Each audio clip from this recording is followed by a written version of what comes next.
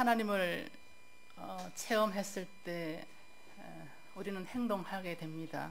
특히 부활하신 예수님을 우리 마음 안에서 깊이 체험하면은 언제나 그것이 사명과 관련되어 있다는 것을 알게 됩니다.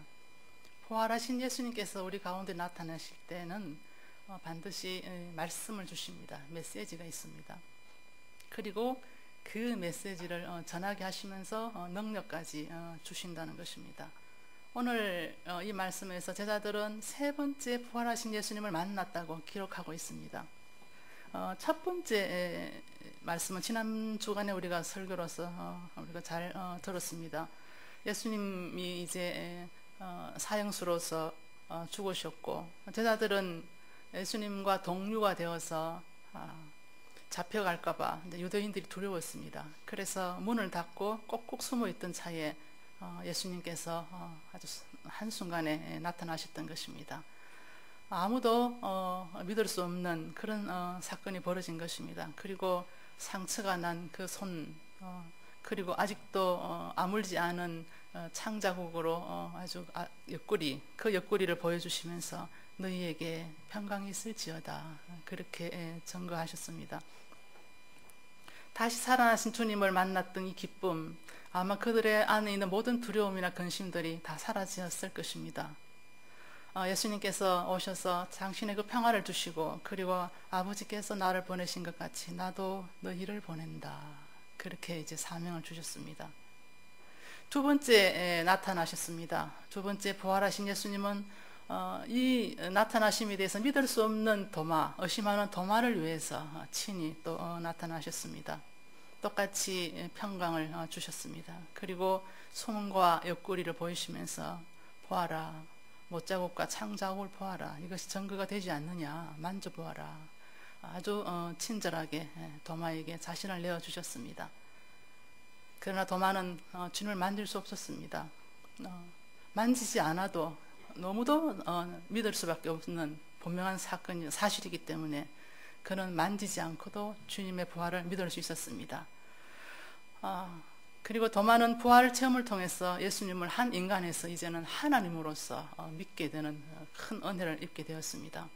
그리고 이 도마가 주님을 체험함으로 인하여서 그에게 사명은 보지 않음으로 주님을 믿을 수 있는 사람은 참으로 복되다, 그 사실을, 진실한 믿음을 우리에게 알려주는 그런 사명을 전해받았던 것입니다.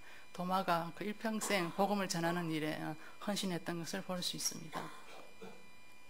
이렇게 예수님의 부활하셨다는 것을 체험하는 제자들은 예수님을 중심으로 이제 하나씩 하나가 되는 것을 보게 됩니다. 처음에는 다 뿔뿔이 흩어졌다가 두려워서 모여있는 그 자리에 예수님이 오시고, 또 엠마오로 내려갔다가 그 두 제자가 예수님을 체험함으로 인하여서 다시 예루살렘으로 돌아와서 증거했습니다. 그리고 또 후에 또 도마가 또 그에 함께 하면서 또 하나가 되었습니다. 이렇게 부활하신 예수님을 중심으로 해서 제자들은 점점 하나가 되는 그런 상황들을 보게 됩니다. 그렇지만 예수님은 매 순간 함께 계시지 않았습니다. 육체로서 그 예수님을 계속 볼 수는 없었습니다. 그래서 보이지 아니하시는 예수님, 체험이 없었습니다. 나타나셨다가 또 사라져 버리시는 예수님, 그리고 기약 없이 기다려야만 하는 그 예수님. 예수님의 부재 경험은 그들 마음 안에 그 기다림을 주었을 뿐 아니라 이제는 예루살렘에서가 아니라 고향으로 돌아가자, 그래서 갈릴리로 이제 돌아가게 됩니다. 그러나 그들은 갈릴리로 돌아가서 뿔뿔이 흩어진 것은 아니었던 것 같습니다. 오늘 말씀을 보아서 함께 내려갔던 것 같고 함께 머물러 있었던 것으로 이제 보여집니다. 예수님의 그 사역의 중심지인 갈릴리에서 그들이 또 예수님이 자라나셨던 그 나사렛 동네에서 함께 머물면서 한 집에 계속 있으면서 예수님을 아마 추억했을 것입니다. 기다렸을 것입니다. 부활 체험은 이렇게 하나가 되게 합니다. 함께 가게 하고 함께 기다리게 하고 함께 머물 수 있도록 하는 힘이 되는 것입니다. 어쨌든 기다리다가 베드로는 어떤 이유인지 모르겠지만은 나는 물고기 잡으러 가겠다 하고 이제 나갔습니다. 너도 나도 같이 가는 것을 볼 수 있습니다. 그들은 함께 베드로를 따라갔고 베드로와 함께 갈릴리 바다로 나갔습니다.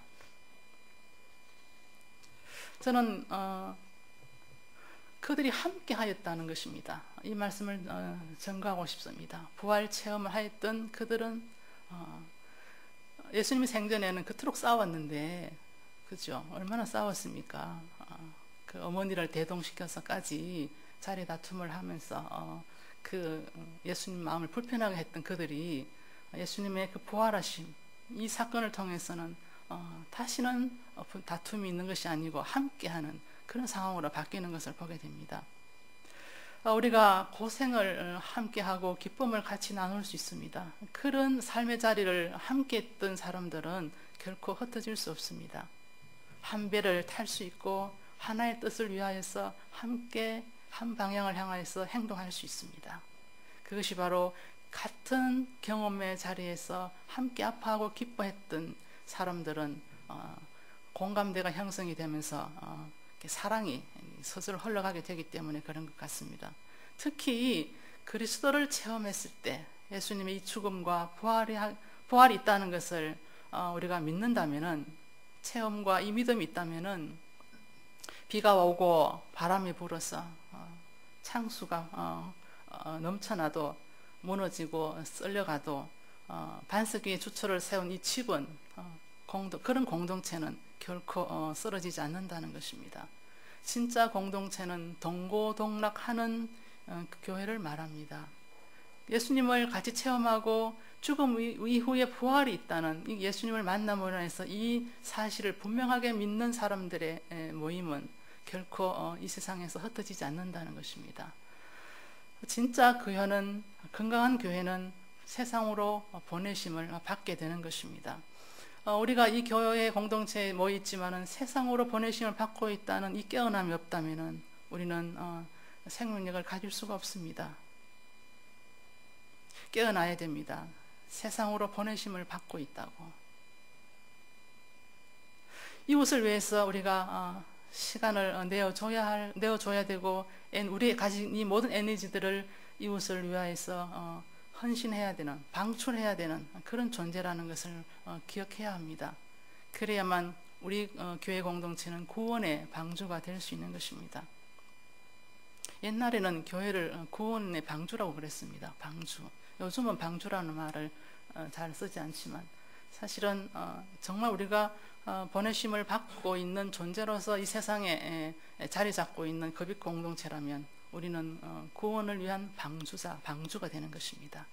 그래서 우리는 한 배에 탄 함께 가는 사람들입니다. 베드로가 디베라 호숫가에서 이제 밤새 그물을 잡았습니다. 아무것도 잡지 못했습니다. 근데 베드로뿐 아니라 함께 있었던 그들도 한 마리도 잡지 못했습니다. 어떻게 내가 그물을 내리면 잡을 수 있고 저 사람이 그물을 내리면 잡을 수 없고 이렇게 할 수도 있는데, 이 사람이 그물을 내려도 저 사람이 그물을 내려도 7명이 함께 그물을 내렸지만 한 마리도 잡을 수 없었습니다. 일어날 수 없는 일입니다. 누가 일부러 하지 않은 이상은 일어날 수 없는 일입니다. 비록 몇 년 동안 어부 자리를 떠났다고 할지라도, 쉬었다 할지라도 명색이 어부인데, 평생 어부인데 고기잡이가 그렇게 서툴진 않을 것입니다. 제가 운전을 한 10년 정도 쉬었습니다. 그런데 다시 잡았을 때는 그렇게 서툴지 않았습니다. 하물며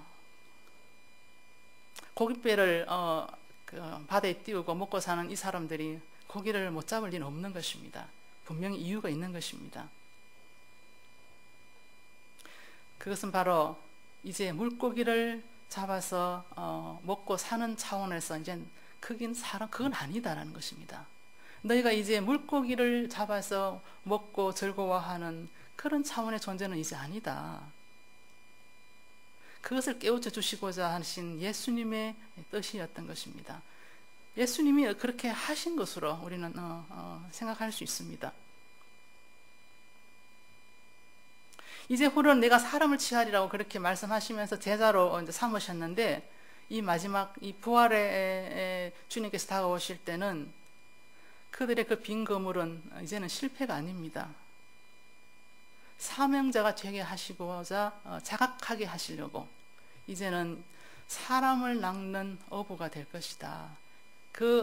주셨던 그 말씀을 새롭게 하시려고 다시 한번 빈 그물이 되게 하시는 예수님의 그 움직임을 우리가 읽을 수 있습니다. 우리가 세상으로 다 보내심을 받을 때 이 세상은 어떠한 세상입니까? 참으로 위태위태합니다. 깊은 바다, 금방 빠지면 죽을 것만 같은 시푸른 바다, 누구도 거기에 빠지고 싶지 않는 그런 바다이지만은 그 바다 깊은 곳에, 위태위태한 곳에 수많은 사람들이 빠져서 방황하면서 허우적대면서 살아가고 있습니다. 마치 그들의 삶이 누구나 다 그러한 양 우리도 그러한 삶 속에서 그렇게 특별히 다르지 않음을 보고 우리 자신의 존재를 잊어버릴 때가 있습니다. 사는 게 다 그렇지, 인생이 그렇지. 이 세상에 살아가는 동안에 우리가 남다르게 특별하게 살아갈 수는 없지. 저 사람이나 나는 무슨 다름이 있을까? 똑같이 위태위태하게 우리가 살아갈 수 있습니다. 그러나 세상으로 보내진 구원의 방주 안에 살아가고 있는 우리들은 방황하는 영혼들을 건져내는 업으로 살게 되는 것입니다. 잘할 수 있는데 왜 안 될까? 수고하였음에도 왜 소득이 없을까? 참으로 낙심이 되지 않습니까? 직장에서나 가정에서나 자녀를 양육하실 때, 공부를 할 때 어느 곳에 있을지라도 우리가 열심히 살지만은 실패감을 맛볼 때가 많이 있습니다. 그런데 우리가 그것에 대해서 낙심할 필요가 없다는 것입니다. 부활을 체험한 우리는 구원받은 그리스도인으로서 궁극적인 우리 삶의 가치는 영혼을 살리는 데가 있지, 여기서 지금 배에 있는 그 그물을 가득 채워서 배를 가득 채우는 것이 우리 살아가는 그 이유가 아니라는 것입니다. 때로 우리로 하여금 낙심케 하는 이유들은 우리로 하여금 눈을 돌리게 하시는 하나님의 뜻이라는 것입니다. 너무 낙심할 필요가 없다는 것입니다. 이제 우리는 영혼을 살리는 이 일에 정진해야 할 그런 삶의 자리로 지금 와 있다는 것을 주님께서 하시는 말씀입니다. 제가 이렇게 몇 년을 이곳에 있으면서 돌아봅니다. 어떤 사람은 참으로 영혼을 돌보는 일에 열정적인 사람들이 있습니다. 도무지 피곤함을 모르는 듯합니다. 어떻게 그럴 수 있을까? 어떻게 한결같이 저렇게 생명들을 돌보는 일에 자신을 투신할 수 있을까? 상당히 놀라워할 때가 있습니다. 어떤 사람은 그냥 한마디 툭 던졌는데도 불구하고 다른 사람이 변화가 일어나고 그 영혼이 솟게 되는 구원의 역사를 하는 일들을 제가 이제 보게 됩니다. 어떤 사람은 어떻게 그렇게 불쌍히 여기는 마음을 가질 수 있는지, 그저 그 마음속에는 사랑만 있는 것 같은 그런 사람들도 만납니다. 어떤 사람들은 한없는 기쁨으로써 다른 사람들에게 기쁨을 주는, 또한 감사함으로써 다른 사람에게 감사의 삶의 비밀을 깨우쳐 주시는 그런 성도도 제가 만납니다.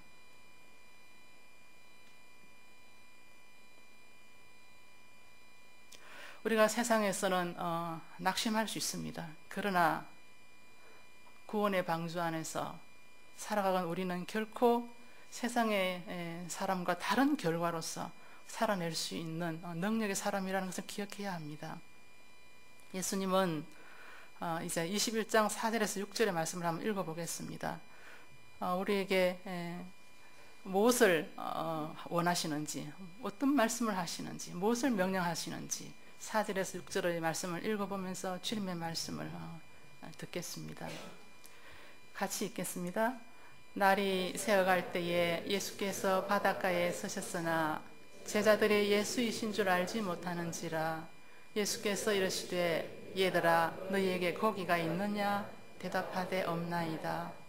이르시되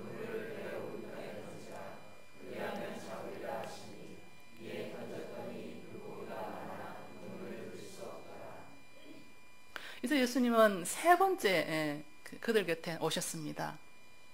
그런데 한 90m 정도의 거리가 있습니다. 이제 배 위에 있고 예수님은 해변에 계셨으니까 한 90m 정도 됩니다.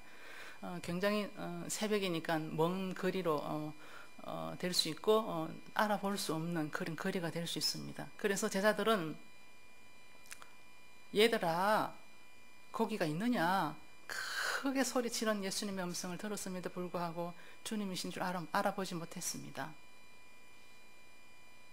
그물을 배 오른편에 던지라 그리하면 잡으리라.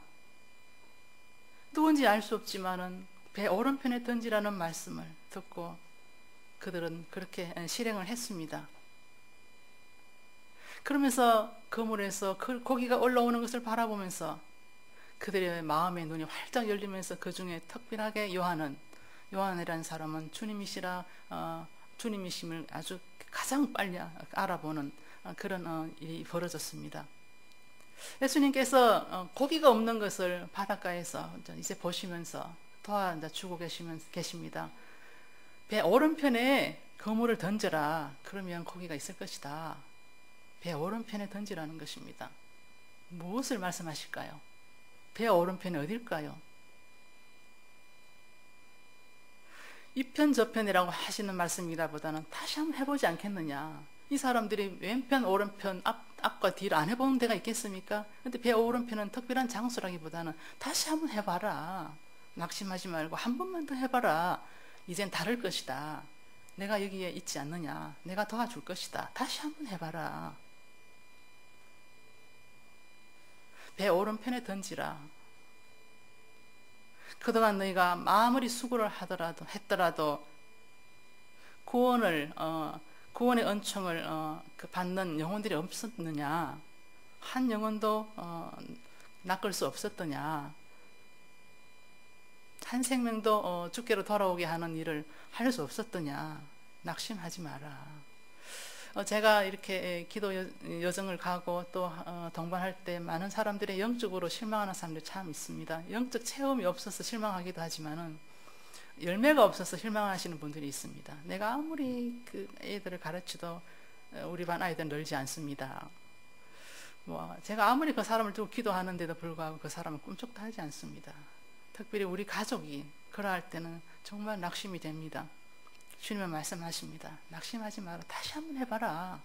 다시 한번 던져봐라. 내가 있지 않느냐. 이제 다를 것이다.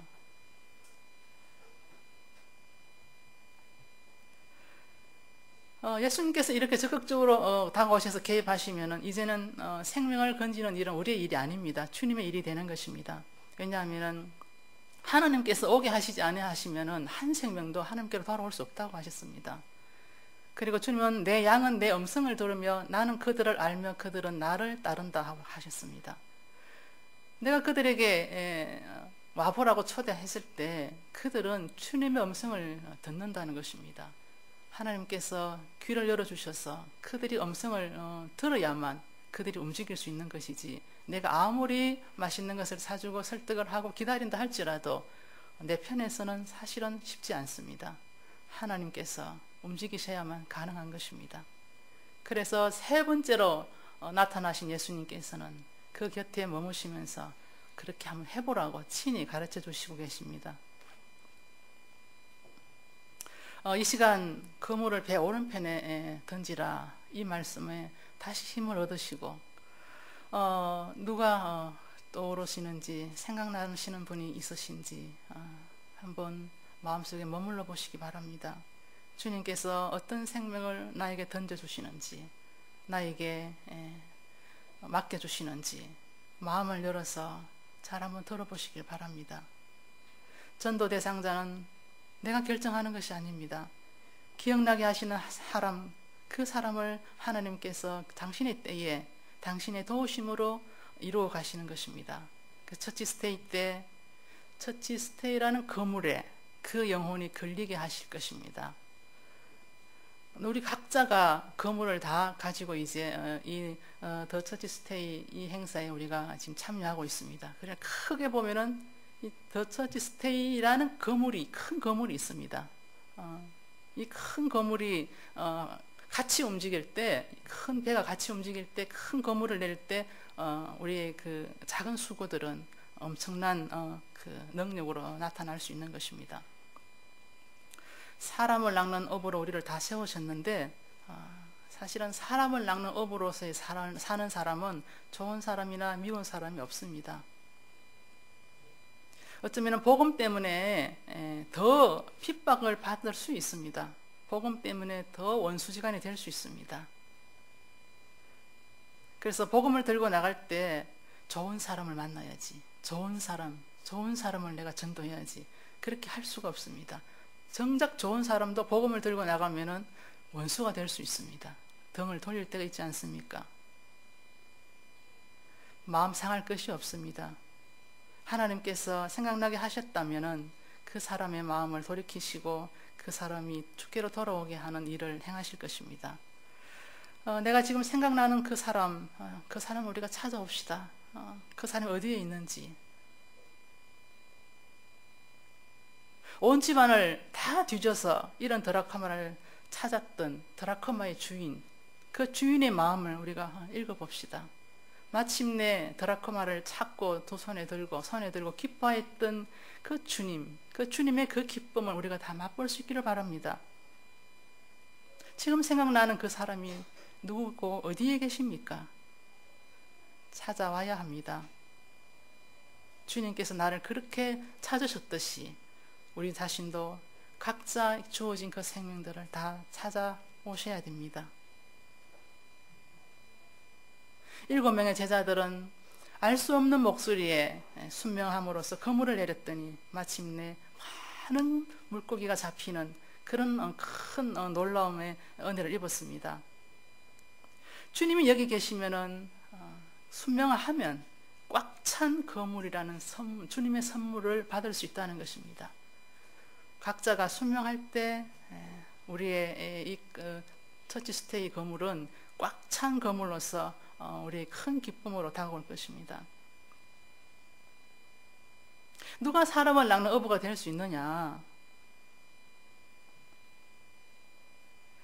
체험을 가지고 달리는 사람이 가능합니다. 체험 없이 그냥 관심을 가지고 그냥 숙제니까 행사니까 라기보다는 부활하신 주님에 대한 체험이 있어서 하나님은 살아계시다. 지금 여기 나와 함께 계시고 나는 영원히 살아있는 존재다. 이런 체험에 대한 확신을 가진 사람은 그 체험을 가지고 세상으로 달려나갈 수 있습니다. 그럴 때 우리의 목소리는 힘이 있는 것입니다. 바로 그 음성은 듣습니다. 수가성 여인이 우물가에서 예수님을 만났습니다. 기다리던 메시아로 예수님을 영접했습니다. 체험했습니다.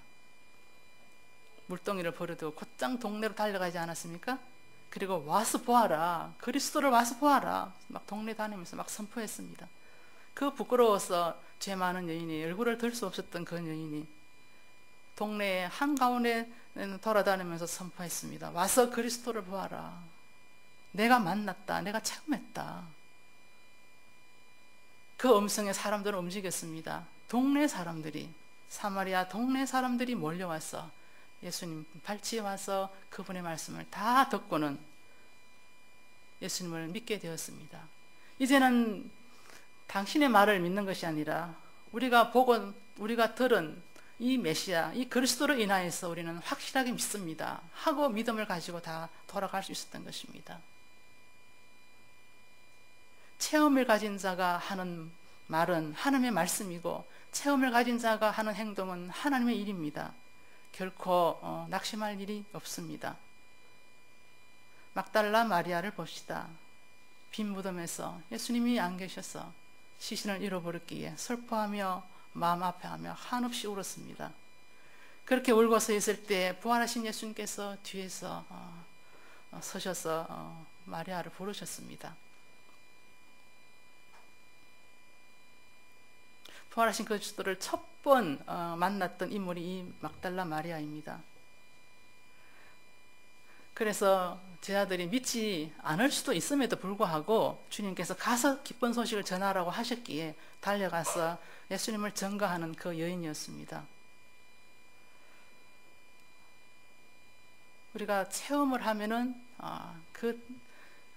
예수님을 체험하면은 내 전 존재가 그 체험 안에서 녹아지면서 나의 모든 것이 이렇게 변하게, 한순간에 변하게 됩니다. 그래서 그 체험에 빨려 들어가게 됩니다. 이 베드로를 보십시오. 요한이 주님이시다라고 했습니다. 주님이시다. 그 외치는 소리를 듣고 베드로는 바다에 몸을 던졌습니다. 바다를 가로질러서 주님께 달려갔습니다. 베드로 안에 예수님이 살아계셨기 때문에 주님이시다라는 그 한마디를, 자기 전 존재를 던질 수 있었던 것입니다. 주님이야? 아니야? 진짜야? 어디야? 그렇게 생각할 사람이 아니었습니다. 이미 그분 안에, 자기 안에 예수님이 살아계셨기 때문에 더 이상 식별할 필요가 없었던 것입니다. 가장 먼저 바닷속으로 뛰어들어서 예수님의 품에 안겼던 사람이 베드로였습니다. 주님을 향한 베드로의 그 사랑과 그 기쁨, 부활하신 주님에 대한 그 기쁨이 그 마음 안에 있었기 때문에 주님을 향하여서 자기 몸을 던질 수 있었던 것입니다. 그런 열정이 있어야 됩니다. 체험은 우리로 하여금 그렇게 열정 있게 살아가게 합니다. 체험은 사실은 우리가 베드로처럼 거기에는 관심을 가지는 것이 아니라 주님께 관심을 가짐으로써 주님을 사랑하기 때문에 그분 사랑을 인하여서 물고기에 관심을 가지는, 그렇게 이제 달라지게 되는 것입니다. 그래서 베드로는 물고기를 다 버리고 주님을 향하여서 달려갈 수 있었던 것입니다. 여러분, 한 영혼을 구원하는 일에 중요합니다. 그러나 그것이 우리의 전부가 될 수는 없습니다. 예수님을 향한 열정, 그 체험 안에서 그 일이 이루어질 때 열매가 맺혀지는 것이고, 나하고 주님과의 관계를 깊게 해주는 아름다운 사역이 되는 것입니다.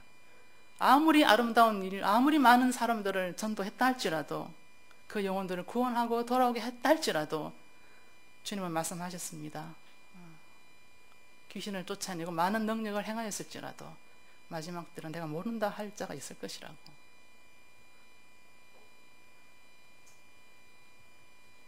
더 처치 스테이, 참으로 귀한 일입니다. 이 일들을 통하여서 우리 눈이 열리고 마음이 열리고 정말 부활하신 주님이 우리 마음에서 진실로 체험되어짐으로 인하여서 이 일들이 이루어지는 그런 은혜가 우리 모두에게 있으시기를 바랍니다. 이제 21장 10절에서 11절 말씀을 다시 한번 다 같이 이제 보겠습니다. 10절에서 11절입니다. 시작. 예수께서 이르시되 지금 잡은 생선을 좀 가져오라 하시니 시몬 베드로가 올라가서 그물을 육지에 끌어올리니 가득히 찬 큰 물고기가 153마리라. 이같이 많으나 그물이 찢어지지 아니하였더라. 부활을 체험한 사람은 함께 할 수 있다고 했습니다. 결코 찢어지지 않는다고 했습니다. 부활을 체험한 사람은 그물을 던지라 하면은 마음에 안 들어도 할 수 있다고 했습니다. 순종할 수 있다고 했습니다. 부활을 체험한 사람은 주님이 계시는 곳에는 주님이 말씀이 있는 곳에는 자신을 던질 수 있다고 했습니다. 부활을 체험한 사람은 주님의 말씀을 듣습니다. 지금 잡은 고기를 가져오너라. 지금 잡은 고기를 가져오너라. 지금 잡은 고기를 가져오너라.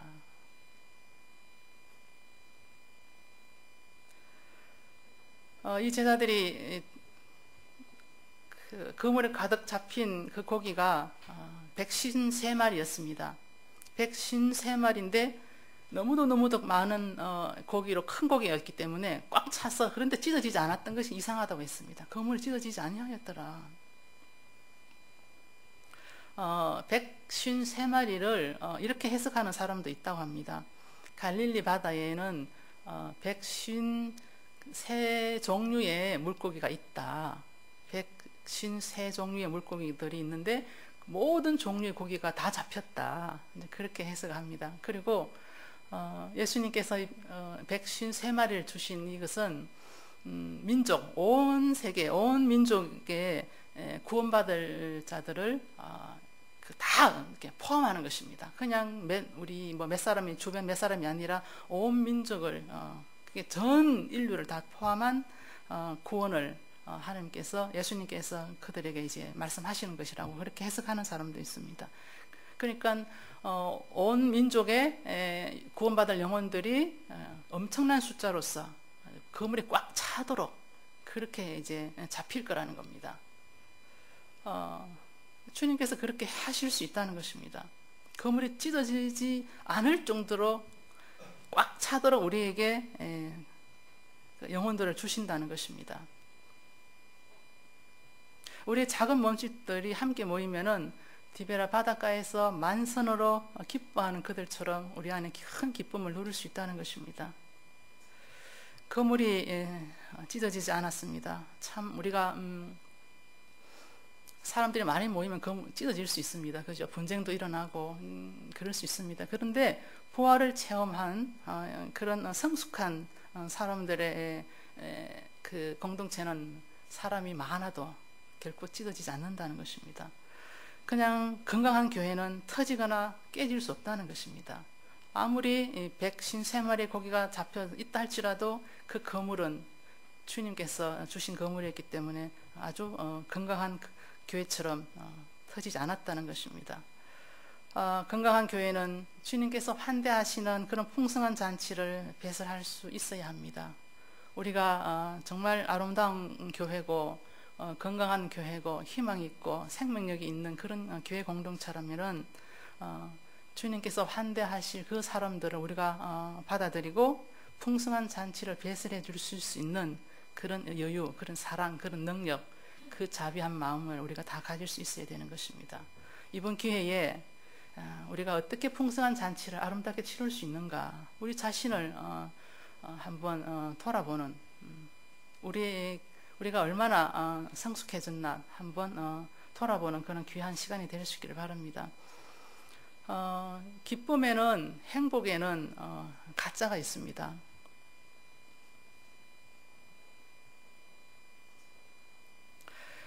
거짓된 기쁨이 있는데 거짓된 행복은 웃을 수 있습니다. 그런데 우리가 영적인 체험을 해도 기쁠 수 있습니다. 그런데 그것이 주님과의 관계에서 나오지 않은 기쁨이라면은 나 자신에게 몰두하게 만들고 다른 사람도 나에게 집중하도록 그렇게 이제 만들 수 있습니다. 그러니까 행복하고 기뻐하고 그런 분위기도 사실은 그것이 주님과의 관계에서 일어나지 않는다면은 각자 한 사람에게 각자에게 집중하도록 만든다는 것입니다. 우리가 많은 일을 행하고 겉으로 보기에 아무리 좋은 일을 행한다 할지라도 그것이 각자에게 집중하게 만든다면은 우리는 진정한 부활 체험이 아니라고 할 수 있는 것입니다. 참된 기쁨은 우리가 행하는 일들 통해서 모두가 기뻐하되 그 공동체에 모두가 집중할 수 있도록 해주는 능력이 될 것입니다. 우리의 기쁨이 각자가 누리는 것이 끝나는 것이 아니고 이 급이 공동체 전체가 기뻐할 수 있는 더 처치 스테이가 될 수 있다는 것입니다. 마음에 두고 기도하고 준비하는 영혼들이 계십니다. 모든 민족을 주께로 돌아오게 하시려는 주님의 뜻 가운데서 이루어질 줄 믿습니다. 현존하신 주님께서 직접 우리와 함께 계셔서 이 일들을 행하실 것입니다. 그분께 기도하시면서 부탁드리면서 그분의 말씀을 들으시면서 그분이 주시는 은혜대로 또 그분이 인도하시는 발걸음을 따라서 매 순간순간 응답하면서 이 일들을 잘 감당해가는 우리가 될 수 있기를 바랍니다. 만선의 기쁨을 5월 마지막 주에 다 누릴 수 있도록 축원합니다. 기도드리겠습니다.